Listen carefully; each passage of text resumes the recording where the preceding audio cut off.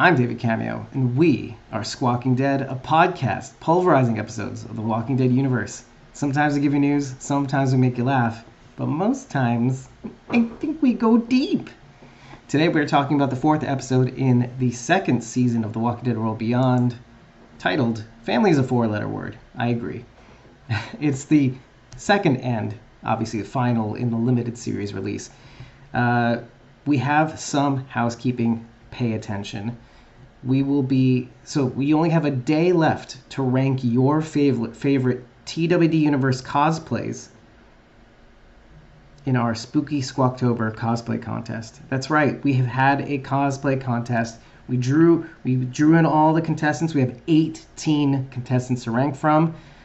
Why am I asking you to do things? Well, it's not as if we're not going to give you anything back. You have the opportunity to win one of 5 slots worth of prizes. The first place voter will be receiving a Funko Pop of their choice under $30, as well as one item from the Squawking Dead merch store, of which we've updated all of our designs to give you something to choose from. They are incredible. The orders have been flying off the shelf, and I cannot wait to award at least the first place winner some merch.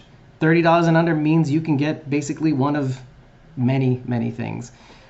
But 4 additional winners will win a piece of merch from the Squawking Dead merch store under $25.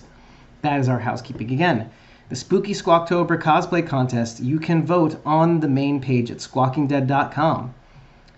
It is also the pin post in our Twitter account. It is definitely on our Instagram account. You just need to scroll. But yeah, I will be posting the link in the description of this YouTube video as soon as that's done, as soon as this video is started. The only other thing is, and so you have a day to do that. So get on that. A day meaning at the witching hour on Sunday. So that's 3 a.m. Eastern time on Sunday. The voting will be closed, and you will lose the opportunity to get multiple entries in this ranking of cosplays, and I'm very eager to see the results, eager to tabulate the data. So, without further ado, here is the episode. If you are here now, say hi in the chat, and if you really like what we're doing, head over to ko-fi.com/squawkingdead, follow us, and if you like what you're hearing, tip us. Your tip during this premiere will show up forever on this video. See you in the chat.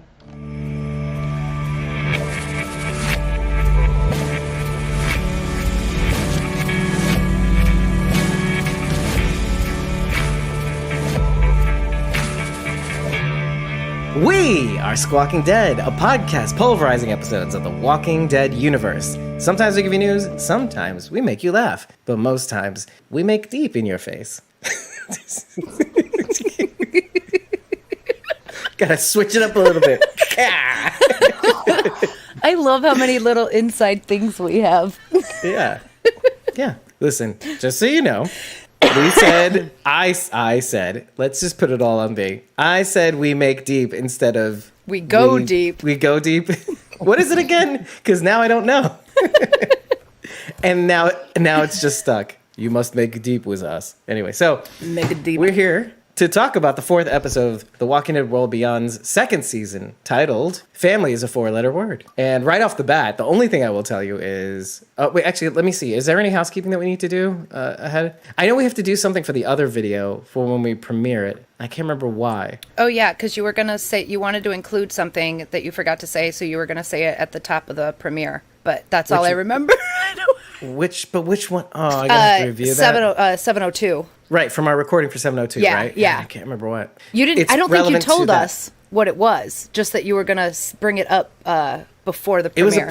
I think it was something we said at the end, like after we stopped, right? Yes. Yeah. And then I'm supposed to bring it up. Okay, I'll try to review tape before I premiere. I don't know that you told us though, because I said, "Well, just do it now and then add it in," and then you said, "Well, I'll just talk about it when I go on before the premiere." And I said, "Oh yeah, because you'll talk before then too." But we never heard what it actually was, so I can't help you there. Oh no! I'll go back and try to remember what. Okay. Maybe you'll get a memory trigger. Yeah, exactly. Okay. Voting is going to be open next week for the cosplay contest. Yeah. Oh, so we got to do that this weekend. Yeah. But by the time we premiere this, it's already going to be underway. Trust me. So that'll be a whole nother day of Dave telling me what size these images need to be and me re-editing No, that's only for Instagram. Okay. That's only for Instagram. No, because Instagram's funny. It's funny. But anyway. Secret Santa, if you want to say something about that, but that's up to you. Yeah. That's a good tell idea. people to DM Blazy. I'm taking people to be on the list for Secret Santa right now. If you want to be involved. I'll do that. Yeah. So Secret Santa. Okay. Charity is setting up the Secret Santa, or TWU Secret Santa, which is essentially we assign, because we are your lords and masters, a random, we try to give people what they want in terms of, I think so, right? No, in terms of it's random. Okay. It's random, but if they want to trade afterwards, they have a small window to do so. Yes. Great. So let's go through that. Let me start over then. So Sharondy, aka Blazy Gardner. Wait, I didn't even introduce all of us, right? We are so on the ball tonight. Yes. What year is this? I mean, what eat is this? What show are we talking about again? I'm your host, David Cameo, and I'm joined by Cosmom09, Rachel, Burt, and Sharondy, aka. I like doing the little dramatic pause, right? Like Sharondy, aka Blazy Gardner. It's like a wrestling announcer. Yeah, I love it. So before we continue, we have a special announcement to make. We are just about to get this Secret Santa thing underway that Sharondy, aka Blazy Gardner, loves to do, which was awesome last year. We got a lot of our Fear fam to join in on this, aka we actually had Alexa Nisenson on the video. Didn't we have Mo Collins doing the intro at least? Peggy Schott, as well as we had one more, right? No, that was it. That was it. Well, that's not. That's a lot. That's a lot already. Unless you want to count Thomas. Barely. No. But either way, it's a chance for all of you in the Walking Dead universe to basically give a fake or fabricated Secret Santa gift to your to your assigned Walking Dead universe character. Now, once you are assigned your random character, you may, at this point, trade with a fellow TWD family member, so you can swap your characters for the one you prefer if the TWD family member is receptive to it. So either way, what you need to do right away just to get in the running is DM at Blazy Gardner everywhere on Facebook, YouTube, YouTube too. Sure, why not?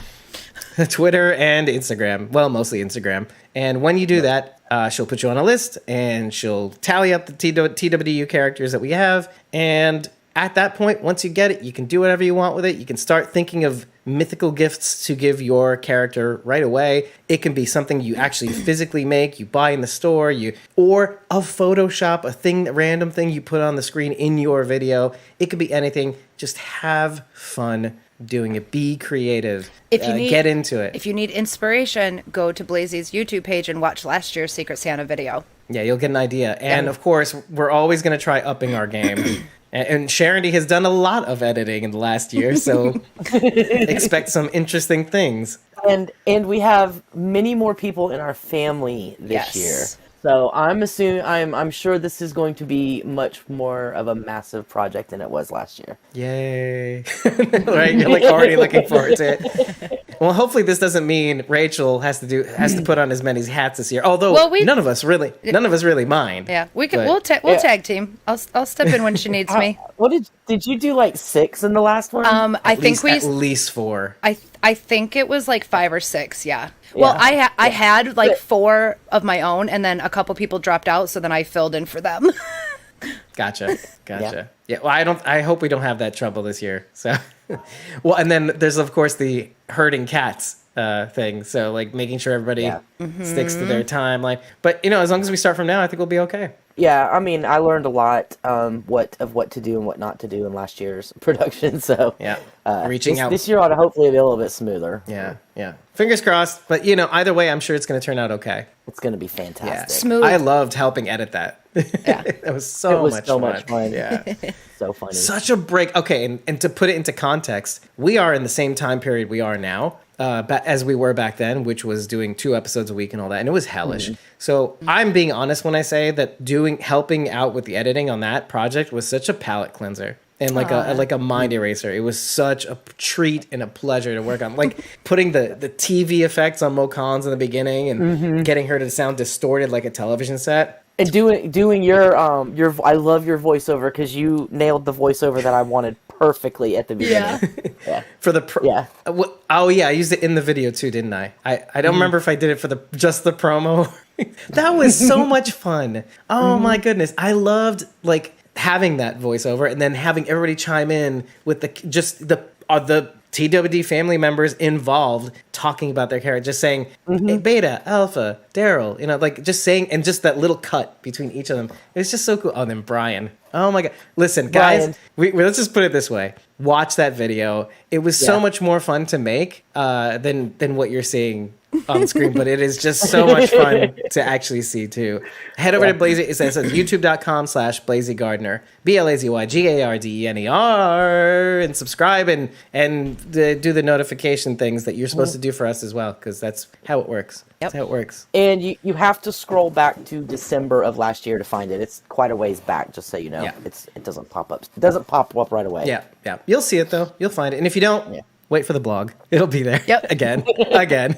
Because everybody, please join in. It is so much fun. Yeah. It is so much fun. There are enough characters across all 3 shows that we could have as many people in this video as possible. Oh, I want to give a gift to Lila Belshaw. Really, again, might have to take that up with Leo. Again, it sounded way differently in my head. I want to give a gift to Lila Belshaw. I was going for menacing, and it turned out differently. So speaking of a Walking Dead World Beyond character, welcome back to the show. So I wanted to start off by saying only one thing so far, and then from there I have no idea where it will go. Okay. But I thought the title was pretty cute because the last couple of episodes, they were keeping it kind of short, like Consequence and Foothold. Exit Wounds. Exit was right. And then you have this title, Family is a 4-letter word, which, okay, let's go back. Again, what would I have been saying for the last couple of... What have I been saying for the last couple of episodes? Where was this voice coming from? I don't know. Rachel. What was Rachel. I don't know. But so sounds like Drunk Morgan or something. I don't know what that was. Hopefully, one day. I lose chunks, I lose myself. And he paid for it with his life. Anyway, so... Oh, John. I don't die. I don't die. So, so I was saying, what I've been saying was that this season is a dark reflection of the last season. And it's never been more clear than the title of this episode, because the 4th episode of last year's season was called Wrong End of a Telescope. So, there's a little bit of symmetry in the title names, but it gets better, because at one point in this episode, Dennis actually says, you want to end up on the wrong end of a kill stick. Yeah. So I thought that was kind of cool. Same number episode, first year, last year, second season, first season. And then he actually says the thing, which got me to finally say, okay, all right, I see what you're doing here. Okay. So cute, right? Okay. Yeah. Small little factoid you can do right off the bat, because it's kind of in the beginning. You're talking about titles and but let's get to the heart of the matter. Let me start with me first, because, let's give the good news first before we go into the avalanche of shit. I will say I really liked this episode because we had a lot of just juicy conflict. I've liked how this season has gone. I have.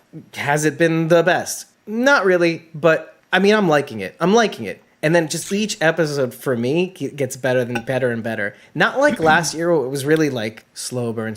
And then all the way then you get a punch in the face 2 times. It was a 1-2 punch at the end. It's oh, where did that come from? This is really, it's every episode's kind of ramping up for me in terms of my impressions so far. And the fact that we have this finally where everybody's meeting up. We like that, right? We like when our characters finally see each other. It's kind of what we want in the first episode of every show. But here we are. We're finally here. Almost everybody's met each other again, except for Silas, but we'll get to that. I like that. I like the conflict. And I like the fact that the reunion isn't all that great. It's not what we want, but it's what we're getting, and that's narrative, that's television. So I kind of like that. But what did you guys think? I definitely agree with you. I think every episode is getting better and better. I did enjoy this episode, despite some things, but we'll get into that in a little bit. But I liked the conflict between everybody, and just everything between Felix and Huck was like, just gave me chills, and I just gut punches. Yeah, I'm kind of all over the place emotionally over some of these characters. Besides others. It's like, oh no, I know how I feel about that one. Yeah, some of them I know exactly how I feel. Other ones I'm like, what is happening? I don't know what's going on. But I did want to say, so that very first Walker kill in the very beginning that falls and then they're dragging him, does that not look just like Carol's shirt? That green button-up thing. It's not as long as hers, so it's not the same shirt, but it's like almost the same color, has sort of a similar pattern. Describe the scene again, though, because just to kind of help everybody remember. Like the very first everybody second. meeting me. Like the very first second. Like the episode opens and then there's a walker and we now know that it was Asha and Dev taking these walkers. Well, actually, I think it was specifically Asha. She kills the walker and then it drops and then they're dragging it over to where they want it to be. But the shirt that it's wearing looks just like Carol's shirt in season 9. I think you're talking about the last episode, aren't you? I think that was last episode. Was it? I did just watch. I did just watch Why them am both I laughing? I did just watch them both back to back, but it's still worth saying because I didn't bring it up last episode either. Okay. So, Fair enough. Yeah, but it did. It really did. And if I didn't say it last time, I should have. No, but here's the thing. Because I noticed it again. The reason why I laughed away. wildly is because of something Sharon D and I exhibited, and now Rachel is exhibiting, is like this blending together of all these episodes, because we're just running into recording sessions, just trying to get it all out. Like every so often. I don't even know what day it is. Yeah, exactly. I don't know the episode I'm covering half the time. So you finally hit peak. Like, I don't know what's going on in terms of. Are you kidding? We recorded on Tuesday, and I'm like, what episode? What are we talking about tonight? I don't even know. Imagine me sitting there half the time and fucking up. Like literally, like when it comes to the art, I'm screwing up like the numbers and everything, and I'm re-uploading, and I'm like hoping nobody notices. I'm like, okay. I don't even know how your brain stays straight. Honestly, I have half. When I cut clips the other. Oh, sorry. Oh no, go ahead. Sorry. I do like half of what Dave does, and I can't even keep it straight. I was Do this cutting clips out the other day, and I couldn't remember. I put the wrong fucking episode number That was name on it. Oh no! I felt Every single bad. one. Every single one. I had to go back. Can and you do them imagine over being again. me going, Sharon D? I'm just gonna tugging on your shirt. I'm like, Sharon D, would it be possible for you? Because otherwise, and I was like, okay, I'm gonna go ahead. I'll do this for her, and she works so hard on these clips. She's been doing the clips lately, just so everybody knows, because she has pity on me mostly. But then I was like, I'll just put a little thing over it that says the episode, and then I just had to break it. And I was dying. This was the same night I did the blog, the clips, Oh my God. I had to push out the podcast because I had something between the premiere and then like at the end of it, I was like, I think I'm just gonna have to call it. I just have to tell her to do it, to add the little text. I'm glad she did it on Headliner, because then she could just go in and just change the letters and then just export again. So thank you. But also, wow, yeah, this is just emblematic of where we're at. Anyway, so moving on with your impression. Aside from that, though, there's aside from that fact, I thought that was kind of cool. The fact this is in the beginning scene, right where it goes into the opener, right? Like into the world beyond thing. No, it's like the very first couple of seconds. But that was last episode. We don't have to talk about that. Yeah. Okay. Yeah. Well, okay. So what else did you like about this episode? Hey, Mario. Hi, Mario. What did I like about it? Go to Sharon D first. My mind is. I'm gonna check it back to you anyway. So. Well, so now the question begs is, Okay. are there any things? Well, did you not like this episode? That's that. No, I mean, Yeah. I agree with you that they're getting better, especially compared to the fucking season opener. Which you can't But forget. I am just not liking this season as much as I did last season. I mean, I am just not. I'm having a very hard time staying engaged with the show. Why do you think that is? I don't know what it is. Oh, you I don't. don't know what it is. I don't know if it's because. Hold on a second. Dennis is making noise in the other room. Hold on. But he's making you a smoothie. Or I don't know. Just what it sounds like. You know, this just reminds me of like the early days of Squawking Dead. Mom. Oh, Okay. Okay. yeah. Um, Do you remember those Carol shows? Oh my God. Remember our early days? Sorry, I'm interrupting the podcast just for this one thing. But like early Squawking Dead episodes was Carol, and it was just a nightmare with their kids always going into the room. This is why I don't have them. My favorite part is she'd be sitting there and like I'd see her look over at the door where clearly the kids were on the other side, and she's like, they're sticking their hands under the door. Underneath the door. Yeah, exactly. Like or like walkers. they're popping up like under like near the desk, and then they come down again. Yeah. I thought it was funny. Oh, the knocking. Oh Yeah. my God. I'm sure she was beyond irritated, but I thought it was funny. I'm sure she was fine. I think seeing me irritated was the worst part. Anyway. Oh. I try not to show it. I am awful, and I know it. So yes. Who is it? I don't know. I don't know why. Me neither. Okay. Thank God for editing. Right? Okay. You're welcome. So you haven't been enjoying this season. You don't know why. I don't know if it's because we had such a long break, or if because I'm just super into fear, or if it's burnout. I mean, I just don't know, but I am just not feeling this show this season. I was like, I'm going to watch it again before we record this, and it was a chore. I also feel a certain way knowing that this is the end. Yeah, it could be that too. We only have so many episodes, and in my head, I'm going, okay, we need to wrap this shit up, kids. Like, let's kick it into gear. Like, something needs to happen here. I feel like this episode started doing that. Yeah. Everybody kind of coming together. Yep. Will having an idea about, he makes it clear in this episode, I think I may have an idea of getting us all out, which I liked. And we're only 4 episodes out of, 9, maybe 10? 10, I think. 10. I think 10. Yeah. 10. I mean, hopefully they're not doing that 9 and 10 shit all over again, because that's too much. I just can't handle that. But it looks like we're heading there faster than we did last year, maybe. Yeah. Here's to hoping. Yeah, I think season 1 was a slower build. Well, maybe we'll slow down near the end. I liked them journeying across the country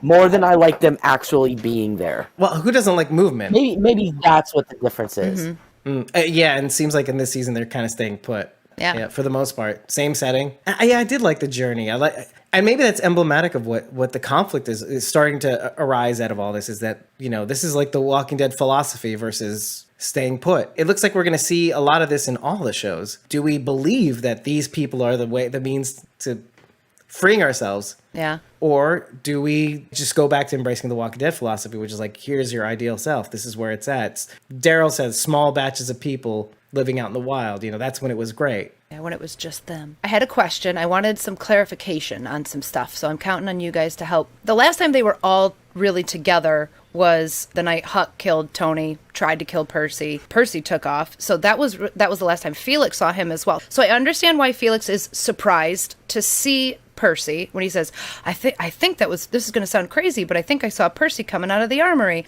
And then he says, if he's alive, he's going after Huck. Right. So why does he think he's going after... He doesn't know yet that Huck shot him. Only Elton and Silas know that. And as far as Felix knows, he should still think that Silas killed Tony, because that was the last bit of information of course, now he knows Huck's a liar, so he probably doesn't believe that story anymore, but is that enough to make him think that Percy's going after Huck? Like, where is that connection? Where is he making that connection? Is it possible that Huck fessed up to killing Tony when she was found out? Do you remember when Huck was hiding the room with all the bandages and stuff like that for Felix to have? With Hope? Yeah, exactly. Okay. Yeah. It was like, oh, there's nothing in there but a lot of dead bodies. Oops. Yeah. And then Hope finds her out, and then they go out together, Hope knowing there's something wrong. Mm-hmm.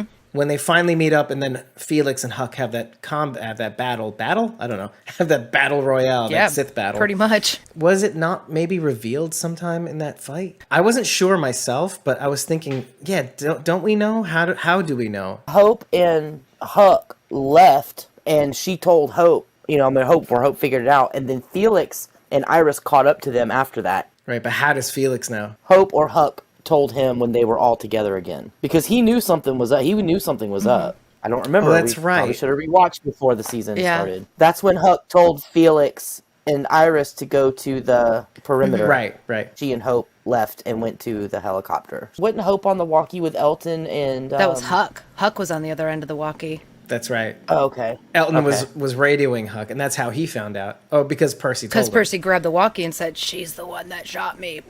Yeah. Finally wakes up. Yeah. One episode later.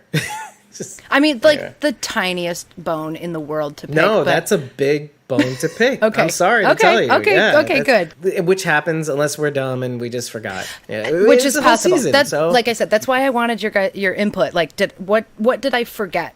Okay, Mario's agreeing. Mario says, "I don't remember anyone telling Felix anything. It must have been off screen." Now, I will say I'm feeling really bad for Huck right now. Like, this poor girl is right in the middle of everything. She is an island by herself, floating between her mother and these people that she wants as friends. My heart goes out to Huck right now. One of the things that we had talked about in the last season that we really focused on for some reason, but it stuck with us, right? Felix saying Leo has to be okay. Because if he's not okay, what does that mean for me? My world is almost shattered. And thank God he is. Mm-hmm. But when you take that and you transpose it to Huck, and my mother has to be telling me the truth.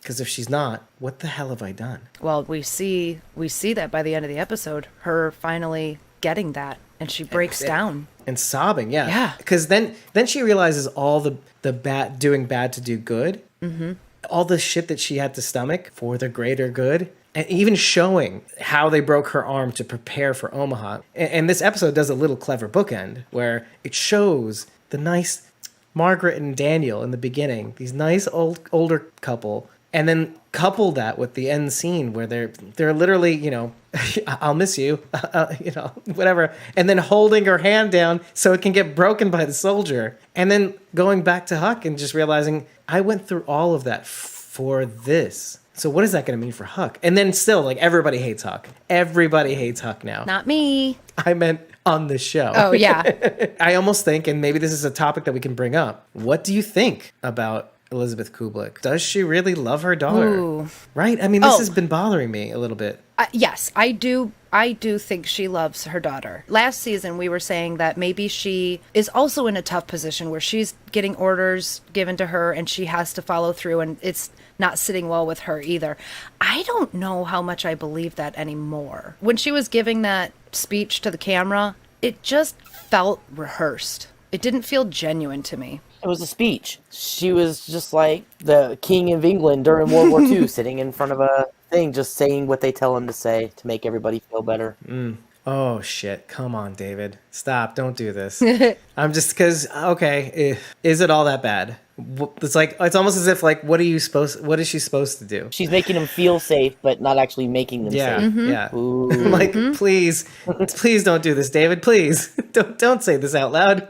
But that's the thing. Like, she's got to do what she's got to do. And maybe that's the essence of her character. And how much can she stomach of it before it's too much? If it's too much. I mean, it sounds to me she's drinking the Kool-Aid. She just presided over the deaths of 110,000 people. I think she's okay with it right now. I think she's all right. Well, the turmoil that we saw in the last season is something that we have to remember is that's what broke her. That 100,000 souls broke her. A little bit. Because I know our timelines are all messed up, but it affected her. I don't know if I'm ready to say she was broken, but she was affected by. That's what I'm saying. Like, I am remembering that moment and how much more she felt right there on her own and gave, like, basically nothing to the camera. She's speaking to her people. And I think Portland, if I'm not mistaken. Right? I think Portland, too. I think she addresses Portland specifically. Which I like that factoid, because at first we were kind of like, and I was going to bring this up in the last episode, like, I think Portland's dust. They might still be. I was going to say that. Damn it. Damn it. She could be addressing the Portland in Texas. Yeah. Oh, I'm so glad you brought that up. Okay, let's remind the crowd in our last episode conversation. This is Fear the Walking Dead, Season 7, Episode 2, which is Episode 159. We just finished wrapping on that. Sharondy has a really cool theory about the Portland that's in World Beyond, and it could be Portland, Texas, and not Portland, Oregon. Even though, like, I think we brought up that they showed it on a map or something. Who knows? But it could be wrong. Iris could be wrong. Iris's map. Exactly. Which would also make Hope wrong, because when Hope and Iris are having the conversation, she says Portland is 2,700 miles away. Portland, Oregon is actually 2,800 miles from New York, and Portland, Texas is 1,800. It's closer to Oregon. But that would make Hope But wrong Hope could also. be wrong, too. I mean, everyone might be assuming Portland, Oregon. Well, I mean, they are secretive. They are secretive about... Yeah. With good reason. Yeah. Well, the CR is, at least, but not... Portland doesn't have any reason to be. So Mario says she did mention near the finale last season that quote-unquote eyes are on Jennifer from those above Elizabeth's rank. This is kind of the thing that we're going to end up talking about a lot, because it's becoming more and more vocal that Huck did something to cover up for Dennis's mistake or indiscretions. Mm-hmm. She did something really bad to cover up for his mistakes, and now she's making up for it. The thing she got clemency from in just the last episode, if I'm not mistaken. Yes, with the council, or the quorum, or the board, or whatever the fuck they're called. But she's still bringing it up. That's what bugs me, man. Yeah. Kublek. During that scene, the guy that's talking to Huck, I don't remember exactly how the dialogue went, but he's talking about Major General Beale, and he says something down from Major General Beale himself. We were theorizing that maybe Jadis was Major General Beale, but sounds like it's a dude. Yeah, sounds like it's a dude. Could be Rick. Nah. Well, maybe someone told Rick his name was Mr. Beale and he doesn't know who he is. Maybe he's got amnesia and he thinks he's General Beale. It's like Mr. Bean. Mr. Beale. Oh, no, Mr. Beale. You know, but here's the thing. You guys know it's not. Oh, no. It's not going to be amnesia. It's not. Because that's what everybody's saying. That would be the only reason he wouldn't be out there looking for his family. It's what we want it to be. For an excuse, but you know it's not. Yeah. It's terrible. Or threat. I mean, but you got, you guys did say threat before. Could be a threat. I feel like the more we talk about this, the more I'm leaning in the direction of what I said in, I don't know what episode it was, but going back, I said something to the effect of, I think this is where we left off. I mean, he's continuing from where he left off at the bridge. He was trying to bring communities together, and the only way he knows how to do that is to believe in the CR. Oh gosh. So I know it's heartbreaking, but I think I feel like that's where they're heading. Their ideologies kind of match up a little bit. Mario says that guy Beale was mentioned in every episode since the start of season 2. I wonder what's going to be with that. Same here. Mm-hmm. And eventually we're going to meet Beale. And hey, it could be Jadis. Still. Maybe they're like so incredibly secretive. Like these people have never met Major General Beale, so they're assuming it's a guy too. Yeah, that's what I'm feeling as well. Just like you. It's really funny that we're talking about this, because on the heels of that first episode with Strand, equally, I try my best to believe in Iris. But this episode was trying. This episode was a little bit of an exercise. I don't know how to feel about her anymore. I can help you. But see, what's great about this episode, or what's great about the writing, is it's almost like as though she is standing out like a sore thumb, like a pimple that needs to be popped. In the backdrop, you have Percy's indiscretion. You have Percy having just almost, and he's admitting flat out like a human being, I feel regretful. I was so consumed by this feeling. I almost got Felix, Will, who was on the run, Felix, and then you killed. And I don't know who I am now. This has gotten me mixed up, but this is genius, because when you look at Iris, you see, oh shit, what is going on here? What makes her different? What makes her singular? And also maybe a little psychopathic. It's not just a bad character and bad writing now. When you said searing into the skid, I have a feeling they're really going hard on this one. Like they're going hard into the fucking curb. Yeah. Or sorry, not the curb, the median, let's say. Forget it. Because once you go into the median, you bust through, now you're on oncoming traffic. Mm-hmm. I will admit that it was nice to hear Percy take responsibility and kind of, like you said, say his regrets. Now, on the flip side of that, he's a fucking con man. Can we believe anything that comes out of his face? He knows all the right words to say. But wait, but then you'd have to back that up with what would be the advantage to doing that at all. I'm not sure. Sympathy. Not sure. He got a kiss from Iris out of it. I mean, she was already giving him treatment. But he broke off and was like, backed off from her. You know, she was into it. He was like, peace, I'm out. I don't know. I also don't know, like, what part is he going to play? Now he's trustworthy. So what? Well, narratively speaking, it really does make a lot of sense what Percy's doing. Because think about it. Iris planted a seed in him last year. Okay, shh. Because he says, this is the man you could be. You make me believe that I could be the man of my namesake, let's say even Percival, right? Mm-hmm. And now we're seeing that. And yet, narratively speaking, Iris is moving the other way. Or she's taking that person who believes in justice and righteousness and whatever and taking it to the nth degree, to a darker place. You know, it's one thing if you stand up for what's right and what you believe in on principle. And this, I firmly believe Iris is doing whatever she's doing right now on principle. And we will get into this in a bit. But then when you do that, you don't leave room for nuance. Don't leave room for thinking practically. We're hanging on Hope's every word in her discussion with Iris. And we're like, Iris, listen to your sister. Your sister's making sense. You can take your time. You can do damage from the inside. The thing that you were doing back in Campus Colony, you were just playing the long game. You're like hoping that, you know, with every little bit of information and knowledge that you gained in school, you could work alongside your dad and figure out a solution to the problem. You can help the world and stuff. Nope. Complete reversal. I think that's why I don't like Iris this season, because this change in her is just so abrupt. I mean, yes, maybe she was changing a little bit last season, but all of a sudden for her to just do this 180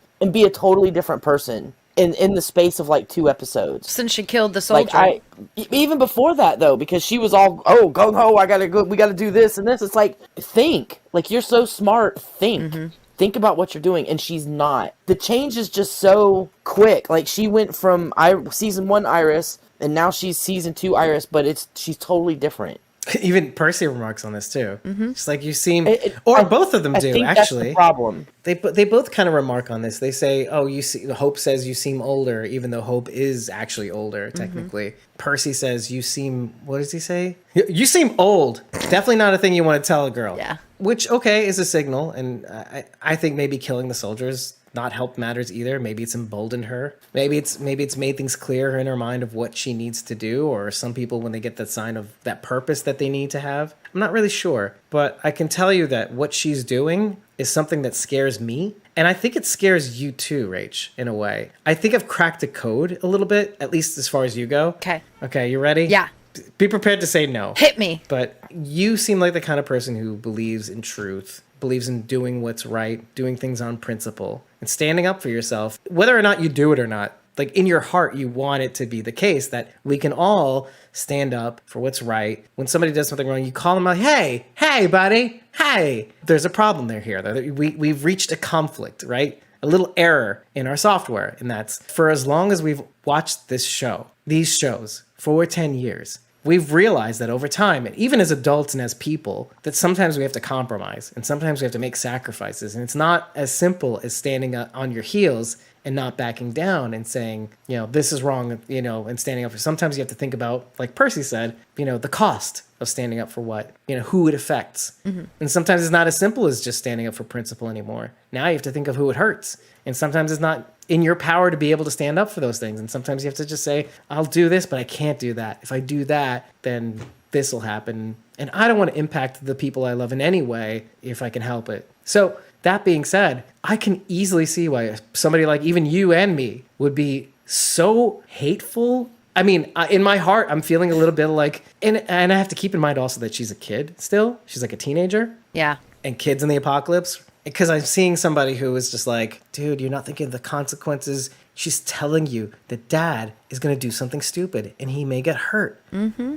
I don't care. Okay, fine. But then there's that part of you that we bring up the Alden and Aaron situation about baby Adam, Mary seeing baby Adam, and Alden digging his heels and saying, no, it doesn't matter if she wants to change. She's done things. And so there's the what we ideally want, you know, our hopefulness, our hopeful attitude in giving people a chance, let's say. And then there's the practical side of us saying, no, that takes time. You know, you got to right the wrongs. But there's that other part of you, like speaking about Iris specifically, and you specifically, the person who likes truth and upholds truth, and, you know, at any cost. Well, then, of course you hate Iris. Because there's that other part of you that knows he has to make sacrifices. And so you're almost like, Iris, don't you see it's The Walking Dead? It's not as simple as holding up to principles. People who hold up to principles die, right? And so, see, normally in the beginning, but this is the Rick Grimes effect. We were all on Rick's side before. You know, we all really liked Rick Grimes from the beginning. And then over time, we're kind of like, okay, you can only be wrong so many times as a protagonist because you want your protagonist to be right. I'm not saying in any way, shape, or form that we hate, that anybody here hates Rick Grimes or anything like that. No. But, you know, we have to see the truth of the matter for what it is and judge accordingly. Well, last episode, Iris is all, oh, we gotta get in there. We gotta get in there right now, and we've got to get in there and do some damage and get in there. So they give her the opportunity to get in there. She goes, no, nah, I'm not going. Nah. What? Wait. Can you drill down on that? Like what was the opportunity to get in there? Hope and hug. Hope's like, come back with us. We want you and Felix to come back with us. I thought you meant last time. Okay. Dude, no, I'm saying last episode she was like, last episode she's like, oh, let's go. And this episode she's like, nah, I'm just gonna stay here. What do you fucking want, Iris? Mm-hmm. What do you fucking want? Yeah, that I honestly don't know. And it's a little scary. I mean, you're seeing these two sisters looking at, and there's some really good acting going on here. You're seeing these two sisters looking at each other, but they're really looking at the camera. Is this where we part ways? Is this where we have conflict? And then there are 2 times where I noted, like, it feels like Iris feels super betrayed by Hope. Super betrayed by her deciding not to be on her side. She even remarks on it with Percy. She says, I thought, my sister was on my side about, like, to be on the side of justice, to do whatever it takes. You and me, Percy, we get what it means. Oh, that scared me too. And Percy's like, nah, B, I don't know if I'll do whatever it takes. I want to do what's right. But her saying in the same breath, I thought that was my sister, but wah. Just because my sister doesn't want to do something absolutely ridiculously stupid, she's not that person anymore. Yeah. No, get out. Yeah, I feel like Iris would feel betrayed by anyone who didn't 100% agree with everything she said. Like, how dare you not agree with me? Yeah, maybe. Yeah. I also... Oh my God, she's Morgan.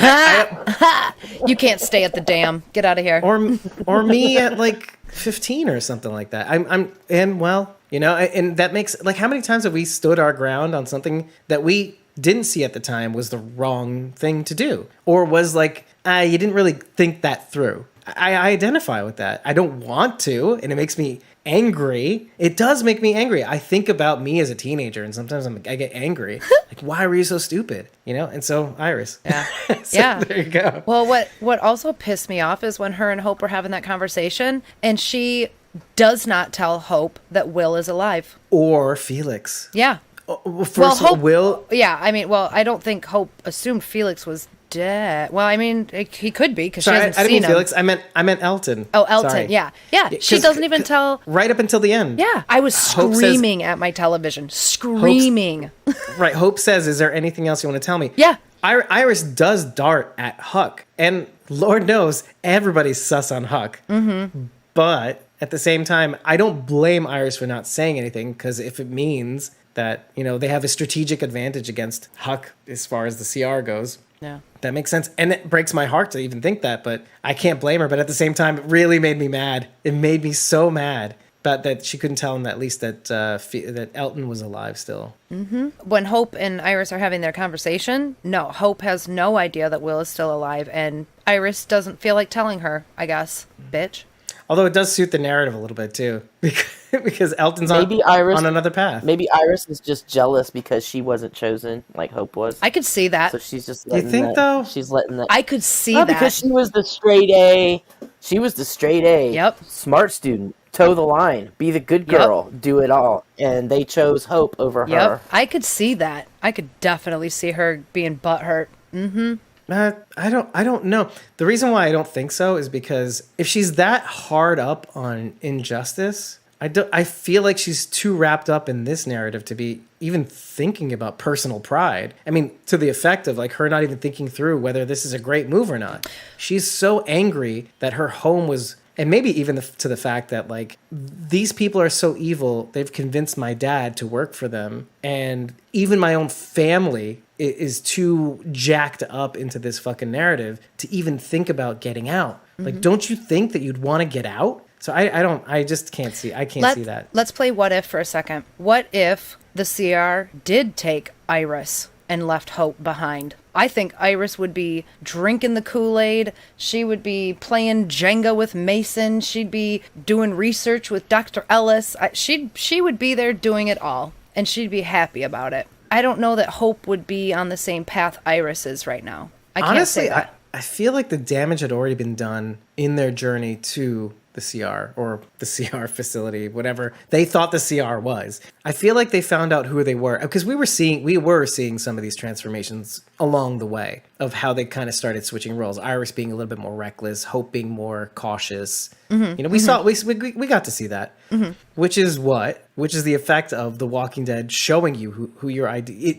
Being out here changes you is what Felix says or Huck says. Yeah, I think both of them say. It at some point. Ironically, I feel sad. Okay, I know I'm taking a break here, but I feel sad that they're not friends. I do feel sad, and I see Felix's betrayal, and I think Huck feels betrayed too, which is weird. I'm trying not to feel sorry for her, but at the same time, because she did bad. I definitely feel bad for Huck. I'm trying to be righteous about it, but principled, right? Going back to Iris and Hope, I'm not sure that. I would agree at this point, seeing what I've seen already at this point. Do you think you don't think Iris would be happy to help the CR and her dad? I'm almost scared to say that I think Iris would have gotten her dad killed a lot faster. Oh my gosh! I mean, I say sad because I feel like she would have figured out the same things that she would have figured out on the outside, most likely. I don't know if she would have been able to do it without Will. That's a good point. But I think she would have eventually figured it out, and she would have made a stand. She would have fought for justice. Now, does that mean Hope wouldn't have gotten them out sooner? Her being on the outside and Iris being on the inside. Would Hope have had a better plan of trying to get them out?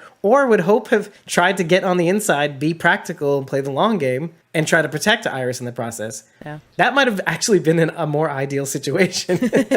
Keeping Iris on the inside, Hope on the outside, Hope trying to get everybody on the inside so they're protected and smart and then safe. But now we have this, and this is all conflict and butting heads against it, which, listen, guys, as angry as we are with Iris right now, I think that is actually a much more fun outcome story-wise. There being this, will they, won't they? Are they going to go on the inside or are they not? I'm okay with that. I'm okay with conflict. I'm okay with story. It pisses us off that the way Iris is acting, but I'm finding that, I hate Iris because she represents that part of me that is principled, that likes to stand up for what's right. But then fuck you, because it's The Walking Dead, right? You try to live on principle, and Rick knows this, you die. I mean, that's the thing. So you have to kill that part of it. And it's almost, guys, it's really unfair.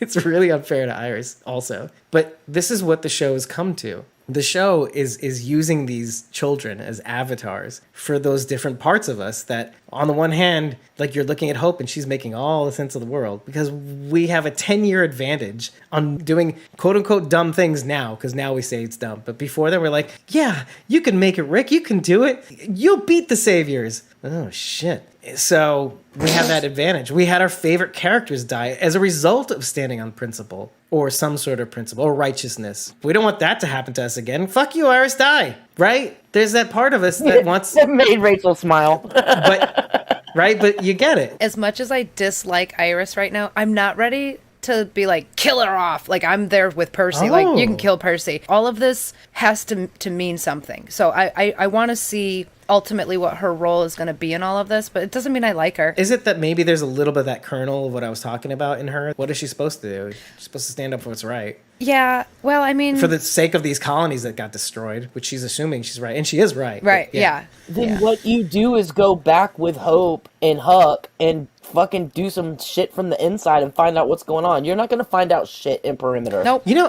I want to go back to what you said earlier about not necessarily about pride, but about, it sounds to me like it used to be that Hope used to follow me and what I did. I used to be the paragon. I used to be the ideal. And it's less about being butthurt about them not taking me. There is a little bit of that, even though it's like a yin yang thing again. I can't believe we're saying this about this show, but Hope saying to Iris, you seem older. And yet Iris going back to Hope and almost saying, but not saying, you used to follow my lead and you got to do whatever the hell you wanted. I used to have to be the example. Mm-hmm. And now look, you're not following my lead, or at least using me as an anchor, a tether to is supposed to be right. What happened to you? Do you get that sense? Hope got to do whatever she wanted. I don't give a shit. I'll fuck off. I'll make alcohol, whatever. Iris got to do the straight and narrow. Now, like, maybe there's is a little bit of a resentment in that sense. Like, you know, I did everything I could to do what's right, blah, blah, blah, and what did it get me? And then our home was destroyed. Everything that I built for, destroyed. Was all of that worth nothing?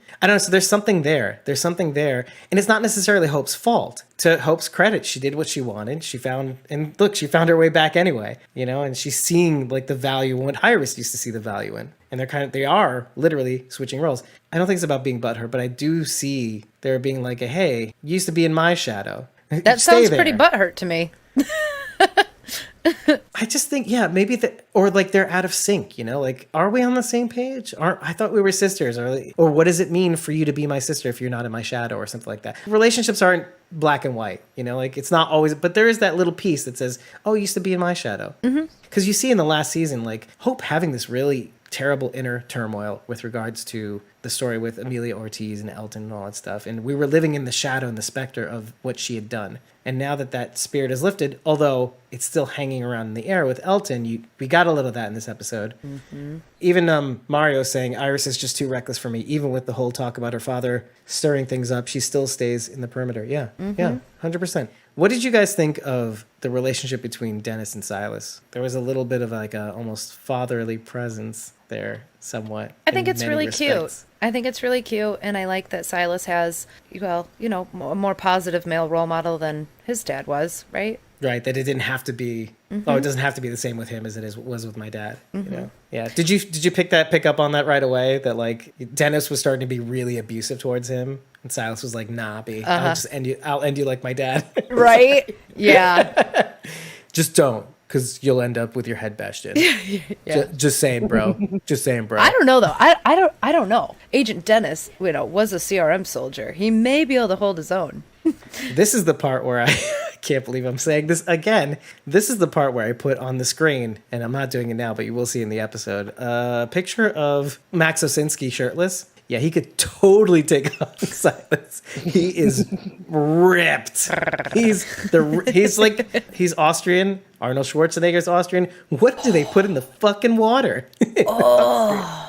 It's not water. It's just straight steroids. You know, Nietzsche may have been onto something about the Superman. You think it's steroids? No, I'm kidding.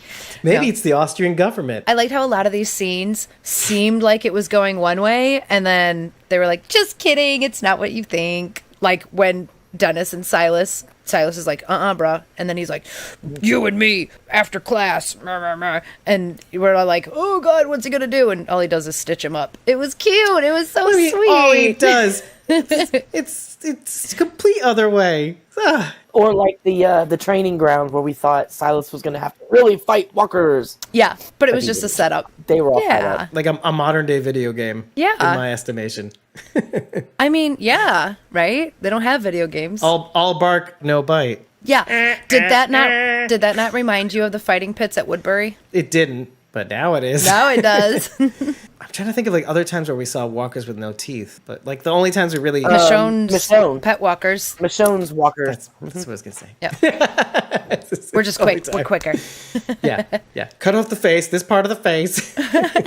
Mario seemed to have really, really glommed onto the Dennis Silas story. He even said above that, almost made him tear up. Too. That's kind of what I want to get to next, is that like in this episode, we see Iris having a syntax error when it comes to doing things that the way Hope lays out. And we see Hope, compromising her ethics, or compromising, even in the light of finding out exactly what may have happened. She has a problem with it, but she still thinks that this is the best course of action. Now, Silas seems to mirror, at first, for a long while, more of what Iris is dishing out. However, by the end of this episode, I'm not sure what's going to happen. And in spite of myself, you know how at the credits, they kind of just push what the next episode's going to be? Mm-hmm. I feel like Silas is moving in the direction of this ideology of like, okay, let's work from the inside. Because a lot of what Dennis represents, and I feel like him telling Silas to take the bottle away from him is him finding some sort of purpose again, because it seems like he might be an alcoholic. I'm not sure.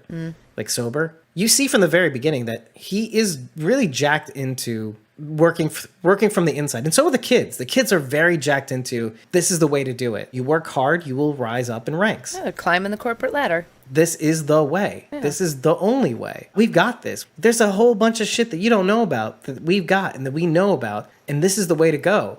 And it's weird, right? Because we are conditioned, again, 10 years of these shows, or 11 years technically, of these shows. And what we know is that it doesn't matter. This problem is greater than all of us. But then the Civic Republic is kind of trying to show us that we've done the work. Now, what are you going to do about it? Are you going to be part of the solution? Or are you going to be a part of the problem? Because we got this. You don't want to be a part of this. It's fine. Get the fuck out. There's mirroring going on here with both Hope and Iris, and with Silas and Dennis, and it's really ideological. Is the Walking Dead principle that we started out with, is that going to hold up? Or is the solution going to be working from the inside, doing the hard work little by little, start from the beginning in the mailroom, and then you work, this is the equivalent of the mailroom. Yeah. And then you work your way up. But what do you guys think about that? Well, I think we don't have time to take the slow route here. We got 6 episodes to wrap this shit up, so they need to start climbing faster.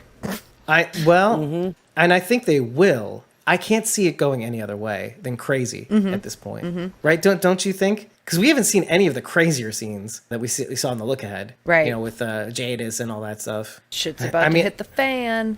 I have every bit of confidence in them showing us so much more. And no, but what do you think about this one concept though? Does Dennis have a point? I mean, he is showing you the softer side. He's like, look, I know it sucks, but that's what people need to do. That's where people start. Well, that's how the CR wins, by everyone having that mentality. Oh, this is the only way. We got to do it. It's like boot camp. Break them down, then you can build them back up again into what you want. Exactly. Yeah. So no, I don't think it's the right way. I mean, that's how you create robots, not a society. You got people living in fear. Yeah, well, when you get to a certain, this is like the Scientology conversation. Like, they're not quite at the realm where it starts butting heads with fear, right? But like you see, like Webb is the one who graduates, gets that promotion. He's very happy. There's pride in his voice. You know, he really feels like he's doing something. Mm-hmm. I'm not saying I believe that, but I'm just saying. I feel like the CR has conditioned it that way, though, right? Like, this is your reward for doing this. I mean, it's not unlike the world we live in now. And I've always said though that why begrudge somebody's path, right? Like, if this is good for you, then that's good for you. You know, that's this way of life is for you. But do they think they have any other option? Did Webb? That's kind of what I'm angling. Yeah. Did Webb have any other passions that he wanted to pursue, or was this always it? Because maybe he thought this was his only option, and so yay, I did it. I'm not really sure, to be honest with you, because I keep thinking to myself, these guys are out of bounds, clearly trying to create this video game system with which they can practice, right? So they're not really working within the bounds of the CR to do this. However, they're doing it for the CR. So there's a little bit of interplay here. They know the rules of the game. They know the great nothing that's out there, as Dennis said. I don't know what they're going to try to show me, but I do know that they're going to be playing with these ideologies, these themes of thinking locally versus globally. On the one hand, you can accuse Hope and Iris of both thinking locally and globally. For instance, Hope thinking locally in terms of her father, that makes sense. But I think she's also thinking globally in terms of the cure. And then you could also accuse Iris of the same thing. She's thinking locally because she thinks that's the best way to take care of her family and Will and Felix and all that. But she's also thinking globally because she's standing on principle, like on the greater principle ideal, right? Whereas Hope may have a little of that, humanity, save humanity sort of thing. I like the way they're painting this sort of where these avatars are flowing or moving, because there's a little of this and a little of that, but they're both a little of this and a little of that. And you kind of side with Hope because of our experience in the Walking Dead universe, but who knows? Because if this is going to coordinate with Rick's return, who knows where this shit's going to go? I'll be honest with you. And if they try to pull me back, bro, I don't even know. I don't know what to think. What do you think the chances Hope and Iris show up in Rick's movies are? Okay, so in our conversation, I had a slight thought that for this story to continue, I feel like Iris might have to die. Because in both Leo and Iris dying, let's just say because Leo's done, he's dead. He's just so dead. I don't see him living, and yet they'll spare him. I'm sure they will, because I said that. His brain, but they need his mind. They don't care.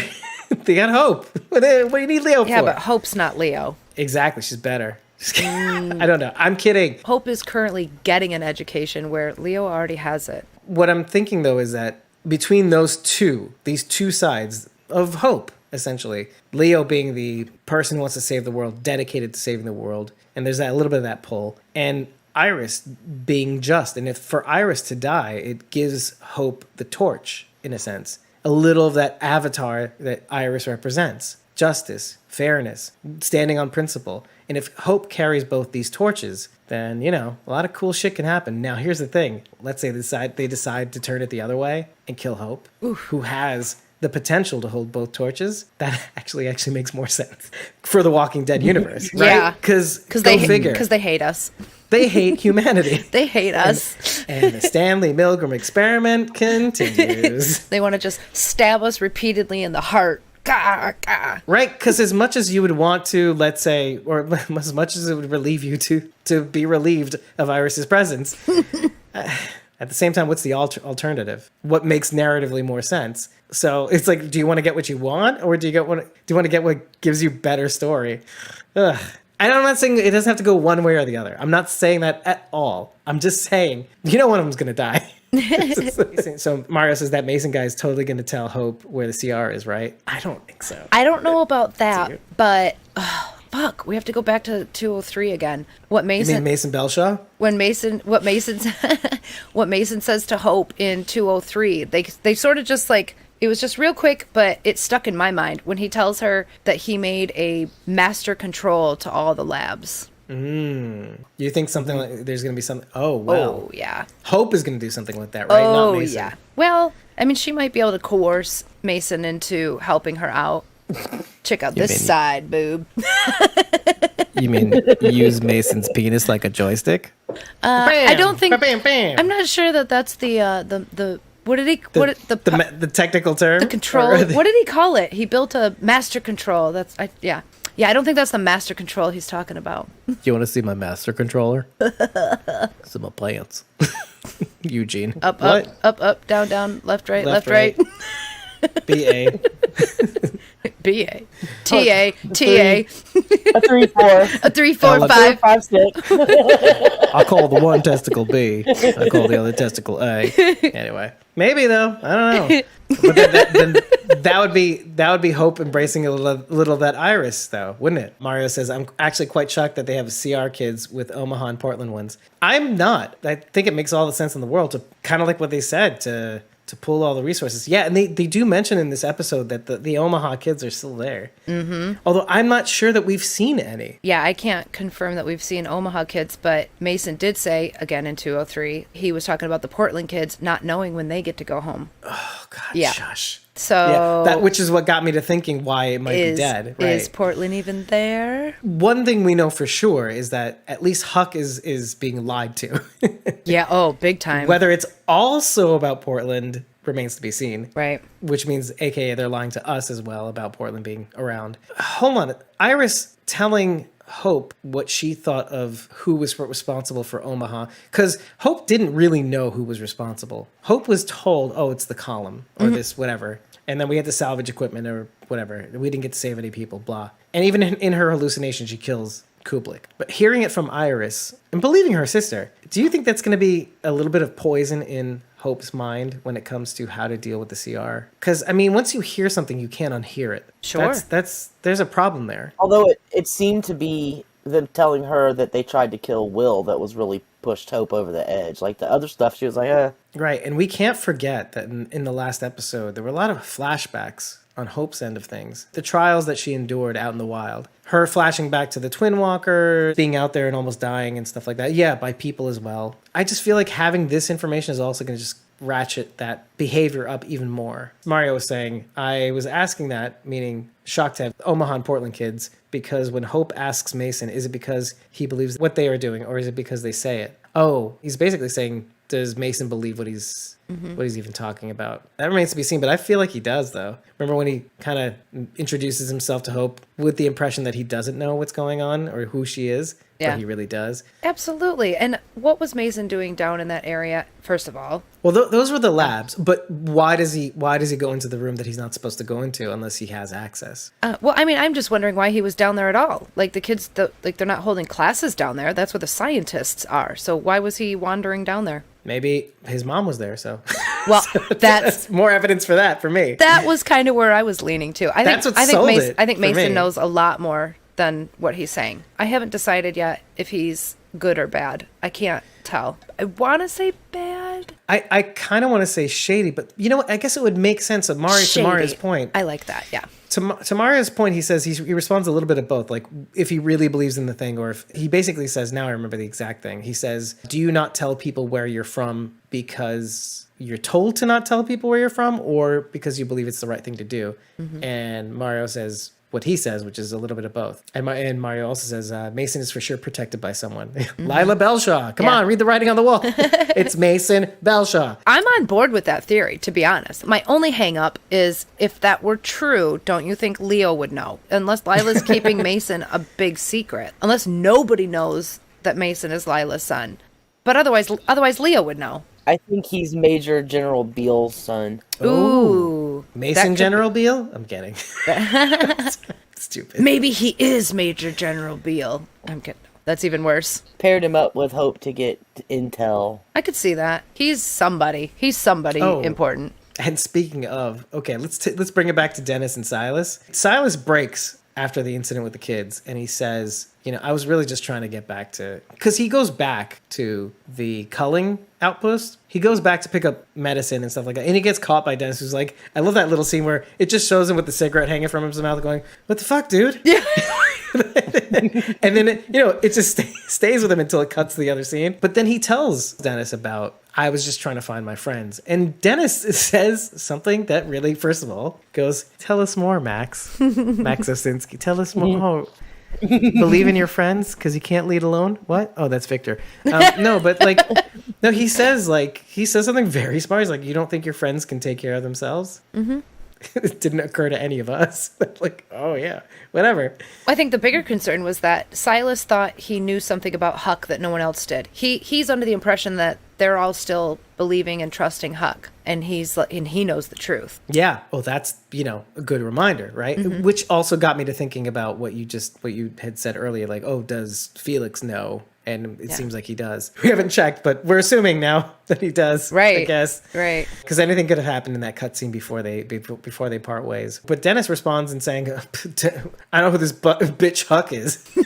this battle. He says battle axe. Battle axe. Yeah. He should have said bitch. That'd have been so much better. But do you see something happening there, like in terms of he and Silas, and what if Dennis found out that person was Huck, that Jennifer is Huck? Doesn't he know? I think he does. Wondering. I think he does know because in 203 he says something to the effect of, I don't know if he says Huck, but he says something. He says we picked up a newbie or whatever you're calling yourself now. So he does know she goes by something else. I don't know. But it doesn't say the name. But here's the thing. But he can't even remember if he does or not. But in the same scene or whatever, in the same general setting, he says we picked up a newbie today. Yes, and referring to Silas. Yeah. Whatever Huck did, she maneuvered it behind the scenes. We'll deliver Silas to this culling facility so he's safe, and nobody needs to know about it, even safe from Dennis himself. Which makes sense, because if Dennis knew about it, he might fuck it up like he did last time. Yeah, well, yeah. I mean, he did something. He fucked something up. We don't know what it is yet, though. I'm starting to think about, what it is that he actually did. I'm starting to think of, and what it might have been was something, in the Iris camp of principle and what's right. Mm-hmm. Or a little alcoholism because of the bottle. I that one's a little loosey-goosey. I'm not really sure about that. But the whole standing on principle and doing something terrible that Huck made up for in both ways by taking the blame and then also going out to the special mission, I feel it was something in that realm. And so if he found out who Huck really was, I feel like there's a kinship between he and Silas. I feel like something would happen there. I think Dennis does know exactly who Huck is, and here's why. Because when Silas is talking about this dangerous person, Dennis says what he says. Oh, well, you think your friends can't take care of themselves? And then Silas says, you don't know Huck. And then Dennis responds, knowing she's a she. And he says what he says about the battle axe. So he knows I thought so too. Yeah. But he refers to this dangerous person as a she, though, earlier in the beginning of the conversation, Silas. Because Silas said she's dangerous. Yeah. She's a killer. Yeah. A killer. I don't remember him saying she. He She said does. she's a killer. I thought he referred to her as this person. Because I thought Is I a had killer. Dennis too, and then I rewound the tape, and then it was like, I don't know how he said, because Silas speaks a little bit broken, so sometimes he'll say da da da, and English then he'll go back accent and is say, hard. What's that? An English accent is hard. Leave Hal Australian. alone. Leave Hal alone. Australian. No, Yeah. the English accent is hard. Our accent American. is hard American. for him. Yeah, that's hard. Yeah. It's hard for Hal. Leave him alone. Leave Silas alone. Yeah. I mean, his real name is Hal. Yeah, But Silas. It's my Silas. that's right. Leave my boy alone. Yeah. I'm gonna go back and watch it again because Yeah. because both times I was like, how does Silas not pick up that Dennis picked up on that? I'll just say that, we heard the she, but we also, Okay. and then there's also the last episode where he says, like, oh, I picked up a newbie, meaning he doesn't have no idea. Yeah, I just want to know what happens now. Will Silas work within the system to figure this out? And hey, if Will is on a collision course with that perimeter outpost, well, who knows what'll happen. See, I like this character. And first of all, I always felt like Agent Dennis, sorry. What was his name in Agents of S.H.I.E.L.D.? Davis. I always felt like he needed more screen time. Like, even though they kind of kept trying to sneak him in a little bit more and more, just never was enough. I do want to see Agent Dennis get more screen time. I think it's going to happen. I just think it's funny that we have a Dennis and we have a Silas in the same show. What's next? Like Agila and an Adina and an Isaac? My son and Sharon D's husband are sharing scenes together. That sounds legit. What if you Dennis replaced can't them? hear me. I wish he looked like that. I think Dennis Can't would hear wish. me, God. I think your Dennis would wish he looked like that too. Probably. I wish I looked like that. Shit, I wish I looked like that. I look like an upside down pear. I wonder what his real accent sounds like though too. So, When you said he was Austrian, I'm like, ooh, I got to look for an interview now. I want to hear him yeah, talk. right. We should interview him. Let's do it. Let's think about it. We can ask him Agents of S.H.I.E.L.D. questions. Just saying, guys. See, even Mario wants us to interview Dennis. Max Asinski. It's happening. It's. We've already put it in the atmosphere right now. It's happening. It shall be done. You heard it, universe. Now we have to talk about Elton a little bit. I saw what was on the bottle. I don't know what it means at all. I'm not a scientist person. I did see that there was a date on the bottle, though, expiration date. Ooh. Which I thought was kind of cool. The 1st of March, 2023 on the bottle. Okay. Huh? You like that? Nice. You like little nuggets of time? I do. I do. Another M month. Yeah, well, there's more.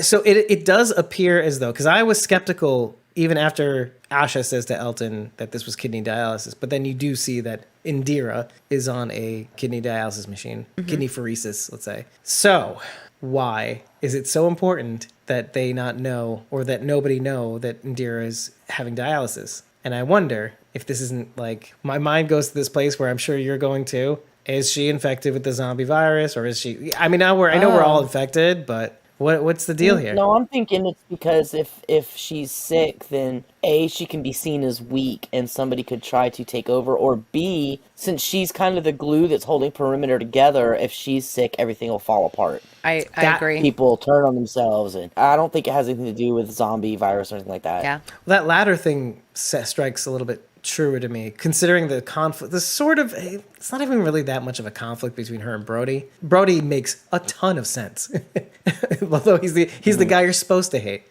I mean, right? I said this in the episode of like, Brody's the guy you're supposed to hate, but like, really, he's making a ton of sense. Like, why are these people here?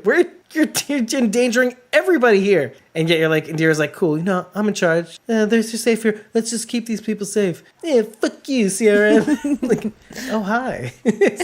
He could find out that she was sick and say, oh, well, she's making these bad decisions because she's sick and she's not thinking clearly, Right. and kick everybody out. Right. They Well, could even Mario saying, Brody gonna fuck something up. I'm telling you. Yeah.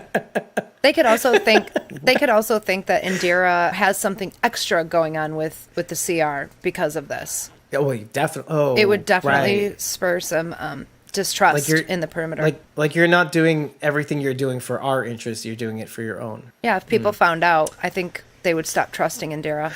Or potentially, that could be what she's afraid of, too. Man, I feel like if she told them her condition, was just open and transparent about it. I mean, look, they're kind of hippie-ish, right? I mean, like, right? Don't they believe in trust and love and protection and community, right? I mean, I don't know. I'm assuming a lot based on visuals, like an asshole. If she had told them from the beginning Yeah, that But might be possible. But now we're down the road a ways. Now she's going to have to backtrack and be like, well, I've been doing this a while now. Sorry I didn't tell you. But I'm telling you now. Which kind of, okay, well, it kind of mirrors Hope's little inner turmoil over Amelia Ortiz.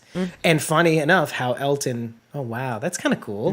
How Elton's the one to discover this. So then what is the solution? We saw that Hope had to, at some point, finally give up the ghost and not live in regret. Something that we were talking a lot about, Hope, and at the same time, Huck, in the same breath. Which, yeah, I don't know. We don't have enough information. And for all we know, this isn't for a simple kidney failure. Yeah, it could be something much greater than we know. Because, I don't know, I don't trust anything that has a CRM logo on it. So maybe it's an experimental treatment for something that is very extremely rare or something. I don't know. Maybe we're going to see some things that because this is something that's been said, I think by one of the actors on Fear the Walking Dead, that fear was the opportunity to tell different stories, first of all, but to do things that you just can't really take the chance on the main show. But why not World Beyond, a miniseries? Why can't you take those chances narratively? Go places you can't normally go on the regular Walking Dead show, because that's not what it's about. You can go and touch the little arena where you say, oh, let's play with the zombie cure. Ooh, what if the zombie virus mutates? Oh, what if it does something different to people? My mind goes to crazy places. And listen, it could be, do you remember what they did to us? Remember what they did to us in Fear the Walking Dead Season 5? When Gimple said, you're going to see walkers do something they don't normally do, or be a totally different threat. And then we found out it's just nuclear walkers. You just can't get their nuclear blood on you. Yeah. Fuck you, Gimple. Speaking of new walkers, that was a pretty awesome one at Agent Dennis's place. The walker fused onto the other walker. That was pretty gnarly. Okay, maybe you can explain to me what you think that was. It looked like a walker that had melted onto another walker. Is that what it is? That's what it looked like. From all the bombs.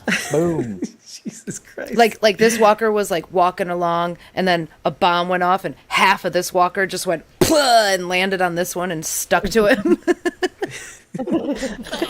Yeah, and now they're both We were talking about you dressing up as a Ninja Turtle at class, and then we just got Krang from the Ninja Turtles show. Do you remember Krang? Yeah. Little brain. That's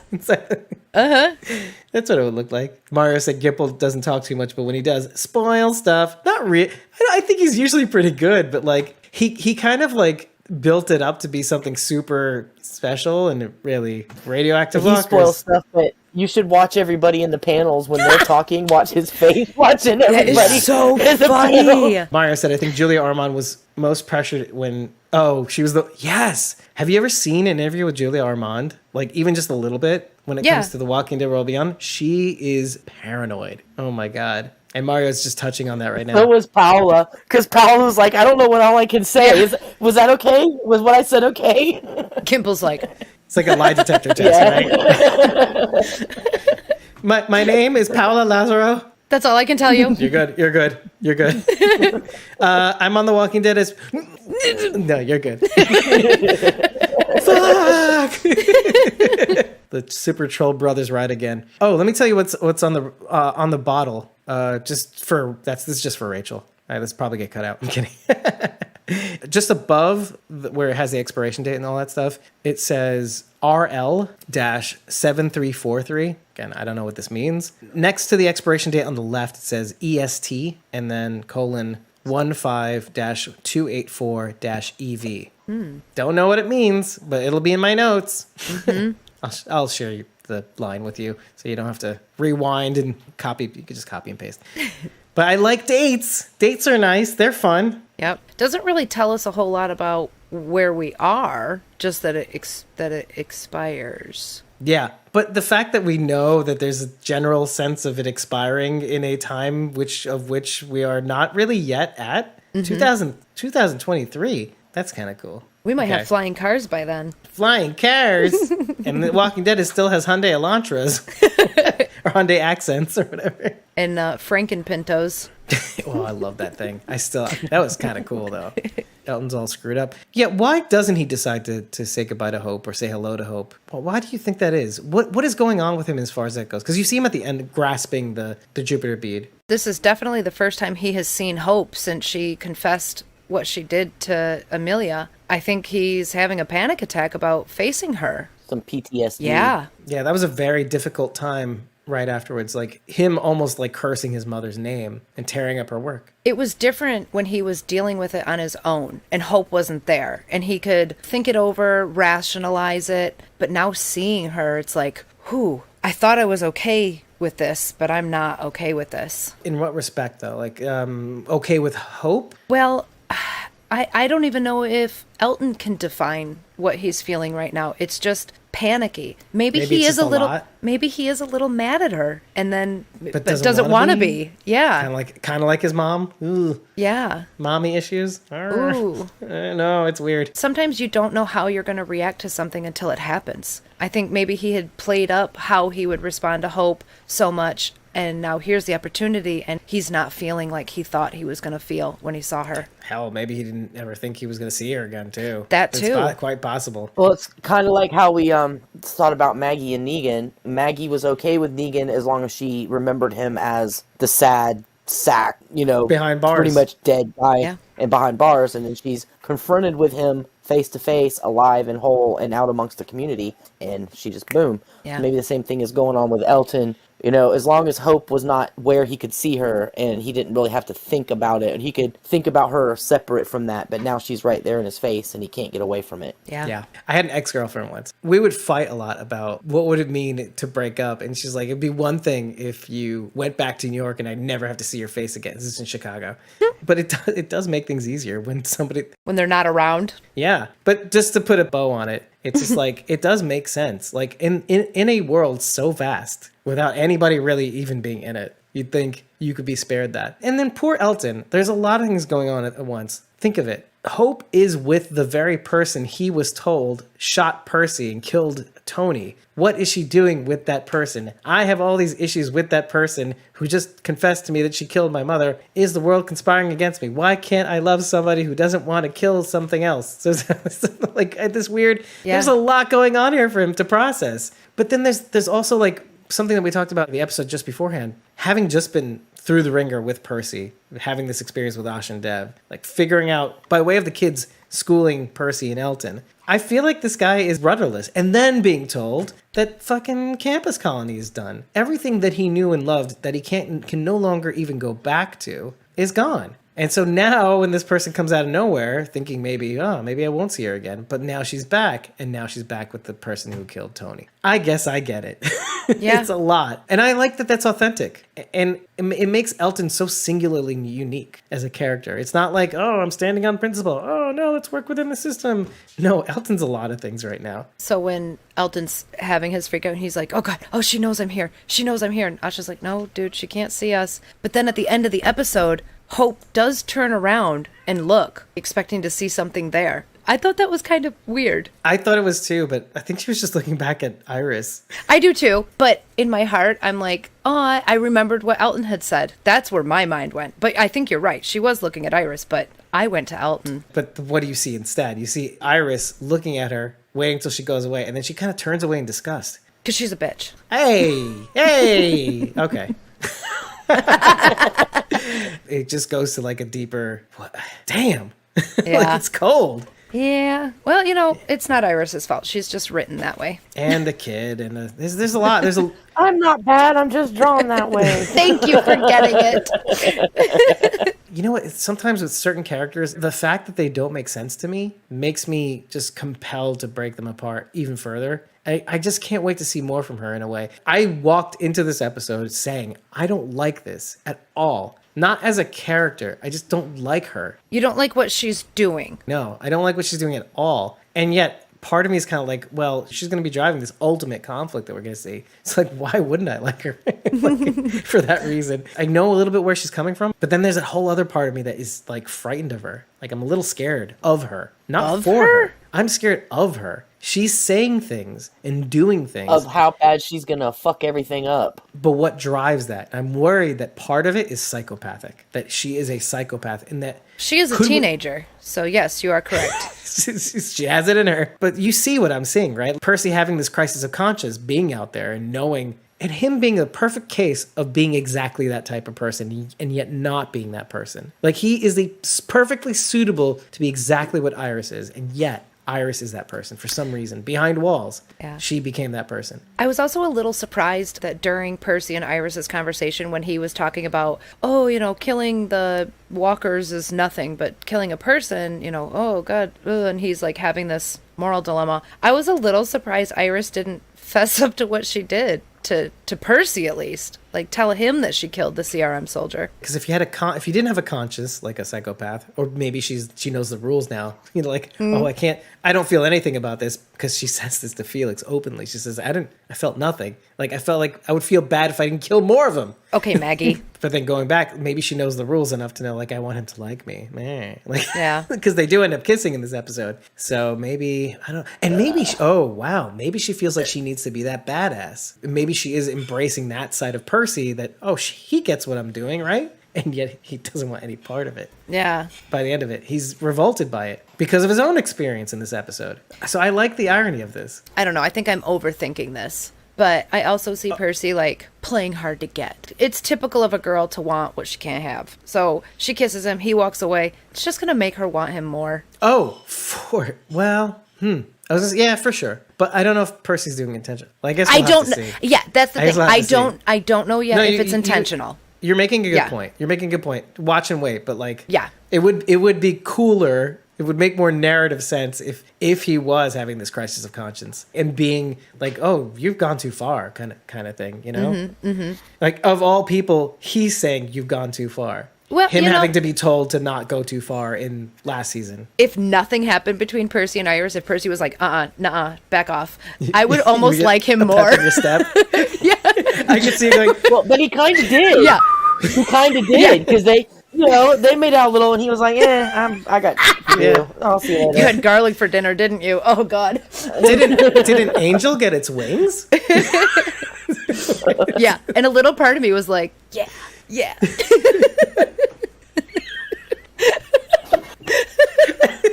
It's terrible. It's so good. It's so good. Percy's got taste. Probably a good time to mention Mario says, I really love how they made TWD Universe something special. Oh, right. Rachel's comment. Yep. The brochures that Silas is looking at. The Ithaca Research Center. Hanging on the wall. Yeah. Ithaca. Mm-hmm. I couldn't find anything about a research center in Ithaca. But the name Ithaca is from Greek mythology. It's the home of Odysseus, the traveler. So basically, Ithaca, I think, is where the story is going to come to an end. The end of the journey. We said this the last end of season. You said it, though. Odyssey. Do you think the CR could be in Ithaca? Yeah, well, that's literally where the research facility that's where the research facility is. Oh, the research facility, but not the CR. The CRRF. Ithaca College is up there. So last episode, we broke and said, the CR really isn't in one place. It is a republic of smaller settlements, or smaller-ish settlements. Mason says he's from the CR, not one of the CRs. Well, no, the CR, it's like the United States. It's like, what is the United States? Well, it's an amalgam of states. So a confederation of separate states. So a republic. All these different, we are a republic, all of technically. These different little settlements are all the CR. Is the CR. You say, what part of the CR are you from? I'm from the CR. I'm from West Puckatonia. I don't know. Well, going back to Mario's comment, they're not really supposed to say where they're from either. So even if you are of the CR, you can't really say where you're from in the CR. I see both sides. I will just say my personal opinion based on no evidence whatsoever other than my own Those are thoughts. always the best. Yep. I do think the CR is one place, one location. I think I visualize it like the Commonwealth, where people live happily and things are provided and they live in ignorant bliss of the rest of the world. But I have no evidence of this. This is just what I think.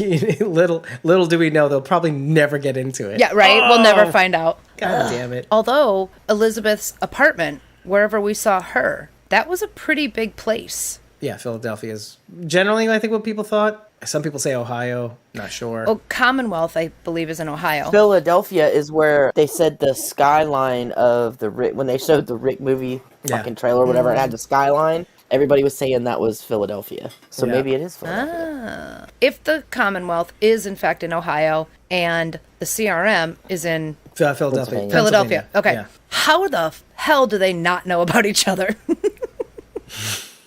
That's just not possible. I feel like that's not possible that they don't know about each other. As somebody who's driven from New York to Chicago too many times to count, it's possible. They have fucking helicopters. You can see shit in a helicopter. Well, maybe they know about them, but they don't know about the other. Hey, hold on a second. Why is the Commonwealth in Ohio? I just started thinking about that because the route that they go to travel, they go south to Charleston and all that. I think the Commonwealth was in Ohio in the books. Maybe to your point, if it was in Ohio, there would be more cross traffic, but since it's not. Right. Then that makes sense. See, Mario's saying in the show it's West Virginia as far as we know, which is tracks. We do know that? Or we were saying that based on clues and evidence that we were given. Because the river, the Charleston River. Remember the directions they give him, and they give Eugene in 10:15 or something like that. Yeah, we used to like rattle off every episode, but right. Charles River is in West Virginia. Yeah. Well, there you go. First of all, I like that Felix and Huck submit their weapons. They're both being civil, but then no blood has been shed since the perimeter's founding. Yeah, till our group shows up and fucks it up. Okay, I have a small bone to pick here. They took their weapons and they put them in the armory, and then they have nobody watching the armory. Right. Because Percy apparently just goes in there and grabs a gun. a fucking rifle. He just goes in there, grabs a rifle, and goes out, no biggie. So, hey, we're going to take your weapons, but we're not going to have anybody watching. Yeah. But Sharondy, this was the night they all totally smoke up together and then do... Then they do ayahuasca, and then they do other drugs. Gypsum weed. This happens to be that night. Yeah, we're going to take your weapons, but, you can just walk in there and take it back whenever you want. That is a good point, though. And then what time of the night are they doing this, and how long did it take for Huck to get to that place? Before they leave, Huck does say the sun's going to be up soon, so they must have gotten there late and stayed till the wee hours of the morning. Night. Yeah, trying to hash shit out. I was probably still up. Probably. I want to get back to this whole Omaha thing, the whole bookend of meeting Daniel and Margaret in the beginning of the episode, and the whole idea of Huck.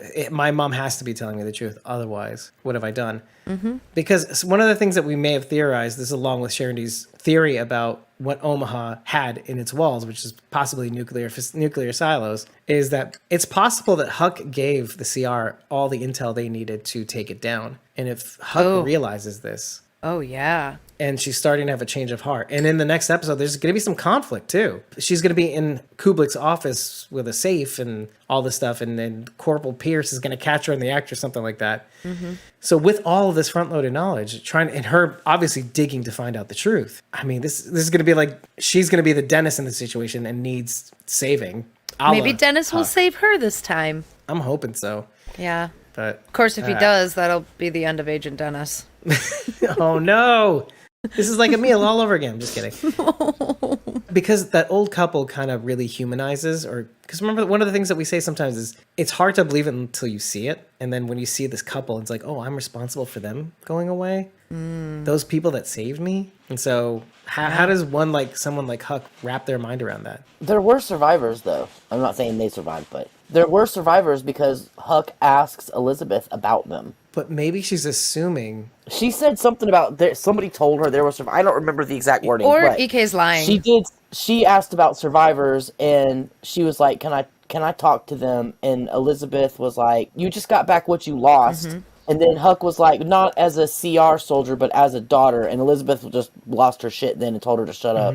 She basically didn't talk about it anymore. And I also thought she might have phrased the question in that way because kind of like what we're saying also is like, there has to be survivors. Otherwise, what did I just do? My mom has to be telling me the truth. Otherwise. Or that the CR has to stand for something good in that they must have swooped in and saved some people. But why not anybody? I think that's her assumption. It's kind of like what we would think. They didn't try to save anybody. And then you're thinking, oh, wait, they're responsible for all of it. Why? So I get it. I get why Huck would phrase the question that way. God, it's got to be one person. I mean, even I fished out all these other people like Hope and even Iris and Felix, who happen to be out in the wild, Silas and stuff like that. Even I fished those people out, and that was a community the 10th of the size. 10 times that. Why not 40 people or something like that? 50. First of all, I think EK's lying about all of it. I don't think anybody got airlifted out. But even if they did, even if they made it to a helicopter, they were executed once they got on board. Yeah, or like not at the gates. Yeah, no, nobody made it back. Nobody made it back. Mario says Elizabeth said she would hate for someone to think that she hadn't learned her lesson. Major General Beale. Mr. Jadis. Yeah, Mario said it. Yep. That someone might be Jadis. We haven't really talked about her father again. Now, we may be assuming incorrectly or correctly that he kind of expired pre-apocalypse or something like that. But I don't know. She has the watch. Huck has the watch. I think still, maybe. I think so. Maybe Yeah. something's So maybe Beale something's is her father. Well, her father, I think, is Mallick. Has to have the name Mallick, right? No? Maybe? I was wondering about her last name too. I mean, it would be really easy to just make up a name and start calling yourself that, though. If she didn't want any affiliation with either of her parents, I mean, I could call myself Cameo and nobody would question. I mean, if they didn't know, well, I'm just saying, if nobody knew, then they would accept it. It's not like they have computers they can go back. Yeah, and they can't check her anything. Facebook. Well, the other soldier mentioned Mallick too, though. It was his last year in that episode where we see Elizabeth Kublek in the shack giving her like a sandwich or something like that. And the other soldier mentions something about Mallick, not In her. reference to Huck or Not not the elder Mallick. And so okay. I believe so, at least. Or at least they're talking together and speaking about Mallick or something of Mallick. I don't remember exactly. Or never got a chance to meet Mallick. Another thing that was really interesting was we kind of assumed that she cut her face right after the fall because that's when she was with all her guys or whatever. After the incident, yeah. Right, but apparently it was much later, Which right before she went to Omaha, which was 2 years earlier. Which is okay. I mean, it still tracks. It's still fine the way that. No, but what I'm saying is they made us think that then, but in reality, it was right before she went on the Omaha Mission, thing. yeah. But in that episode, they made us feel like it was right after she murked all her platoon members. But in reality, it was actually like 8 years after that. Yeah. But it was in remembrance of Drake. Thank you. Sergeant It was a D. He had that scar, and so she. Yeah, it was. Gave, Come on, somebody had to do it. I felt it coming. did we see her cut her face in the episode where we see her flashback? Yes. Okay, so now do we have to assume that nothing we saw in that episode is real? No, it just could be a different time period. So she cut I herself just think- twice? No, just the once. No, I think they showed us that then to make us think that it was then, but they showed it in this episode to show that she did it right before she went to Omaha. For the same reason, but she doesn't do it immediately after waxing all her platoon members like they made it look in season 1. Right. But I think that was more for us because it makes sense at the time that we get the reference because Drake also had the same cut. Yeah. The same scar, let's say. So we needed to see that because there were some references to Omaha. What did you do in Omaha? Or what happened? How did you get your name Huck? So there was a little bit of a nugget there. There's a little breadcrumb there that kind of you can pull into the season. Like, oh, now we get to see how that happened. Technically, at the beginning of the episode, there's a significance there when she does it in that episode because we get the reference. Okay, we saw Drake have the scar, blah blah blah. But now in this episode, we see it again because. What is that supposed to tell us? I'm glad you brought this up because what is the significance now? Is it because we want to remember what it means to do something right? So maybe she thought going to Omaha would be one of those things, right? So this is to remember what we're fighting for. Maybe much in the way of Silas's cut on his hand. This is what I'm out here for. I have to remember this. Or what she's making, or what she has to make up for. I'm doing this Omaha mission to make up for what I did or what Dennis, to Drake in my other platoon people. Oh, yeah. Or even the same act is like, I'm doing this and I'm going to have to do some bad things in this mission in order to do greater good. But this is like, it still means that I'm still doing something bad. Like I still killed my brothers. I know what I did. I had to do it, but it still makes me feel like shit. And so, but I like the symmetry between her and Silas in this instance. And what's telling is Dennis sewing that up and saying, Nabi, like, I know what you're out here for. I know this is probably the way to go. Don't worry, they'll come to you.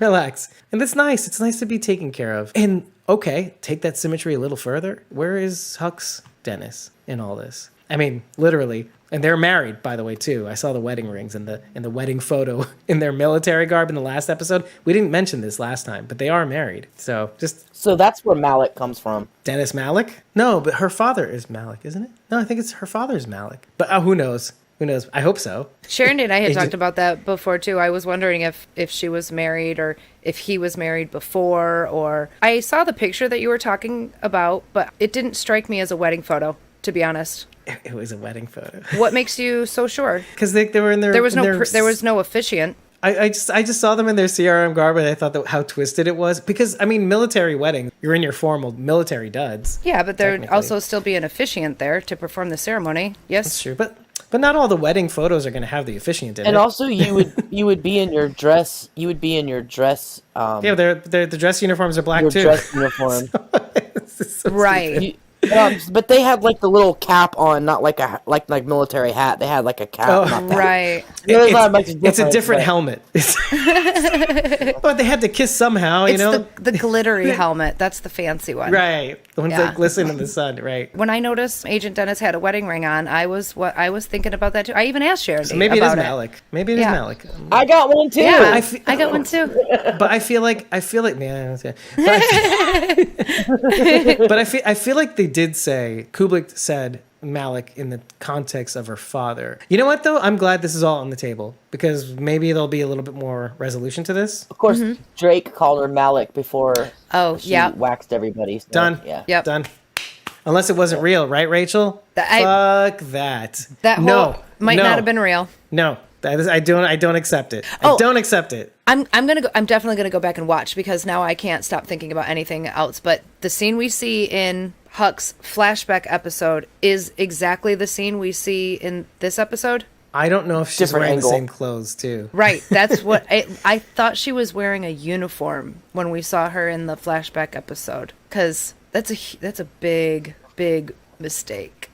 Unless it's not. I'd like for you to clear us up on that though. Right. Too. Or like Sharon D said, even from a different angle or something, but like, is her hair the same? Is she in the same outfit? Is she wearing the fuzzy thing? I feel like her hair is definitely the same though. She had Okay. the same kind of... Or I don't know. I don't know. I guess we'll see. Yeah. I'm not too bothered by it though, to be honest with you. But although I really wish if they did do it, they would put a little bit more work into making it the same, unless the significance in them being different means something to us. Mm-hmm. Being 16 different somebodies, Jennifer Mallick. Yeah, that she doesn't even know who she is, which makes sense, which tracks. I feel like we've seen this before somewhere, that when you're so deep undercover that you kind of believe the person you were supposed to be rather than the person you were purported to be, or they have to make up so many times the mistakes of others that you kind of get wrapped up in that and you forget what you were out there to begin with for. Mm-hmm. No, but I'm glad we got to talk about this because we were not going to at all. Yeah. Period. Poor Huck. Let's just put it that way. Yeah, fuck Iris. Anyway, hey, if you like what you heard, head over to ratethispodcast.com/squawkydead. 5 stars and eggplant is all we need to know that you love us. But rate us after every episode because it lets people know that we're worth listening to. It also is a great communication system. Let us know what we got right, what we got wrong, and if you hate or love Iris.